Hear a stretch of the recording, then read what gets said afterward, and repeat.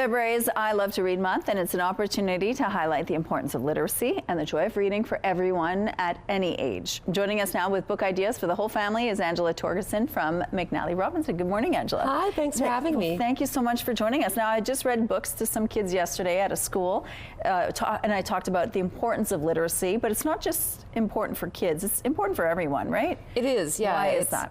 I think every time we read, we step outside of ourselves, of our own, corner of the world. It lets us put down screens and walk through paths that others have walked through. So we love to celebrate literacy all year long, but especially in February, we make it a big deal. It actually sort of creates empathy because you're living someone else's life for a moment, right? Exactly. It lets you see things from a different perspective. I love that. Yeah, exactly. Okay, so let's talk about, what things that some kids love books, others might not like them so much.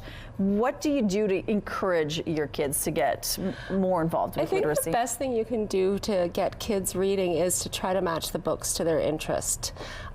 If you're a really high energy child and getting him or her to sit down and dive into a chapter book, that can be overwhelming. Right. But there's great literacy, there's great books in graphic novels, for instance, that are equally high energy. So you sort of want to match the book to the child. Okay, and so in that case, you would bring the child to the bookstore and let them pick, right? That's the best part of the job, absolutely. Yeah, I bet. That's our favorite part. Okay, so you brought books that are good for adults and kids. Okay, we're going to start with the adults. Tell us about some of these books that you brought. Okay, so the first book I wanted to highlight is This a Cry for Help by Emily Austin. She's a Canadian author. We actually have her coming to this store at the end of the month on the 27th. Okay. We're part of the Independent Booksellers Association in Canada, and 4 times a year we pick the books we're most excited about across the country, and this was our lead title. So this is a woman she's just come back from a mental health crisis. She is a librarian. She was only gone for a few months, and she comes back to a world she doesn't recognize. Things like book banning and DEI protests, and those things have rocked what was a quiet, safe corner of the world for her.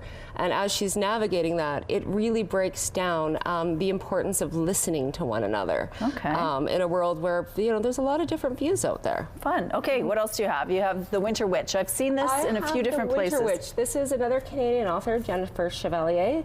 It's historical fiction based on 2 sisters that come over to Canada on one of the bride ships. Okay. They are outrunning a dark family secret, or trying to, but they meet up with another group of women, and it's sort of set at the beginning of the witch hunts. Okay. So we got to move on. So Rachel reads Heated Rivalry, we brought that show right now. Everyone in the world is reading this right now. Okay, let's make our way to the children's books now. Absolutely. Sarah Beth's Garage.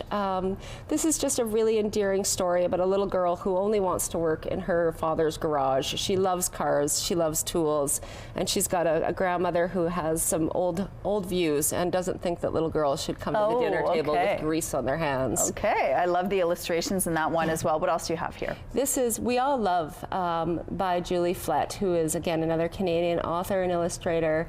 It was inspired by a conversation she had with her little boy, putting him to bed, and he asked her if animals loved one another. Oh, that's so sweet. And then we're almost out of time. There's Mungo.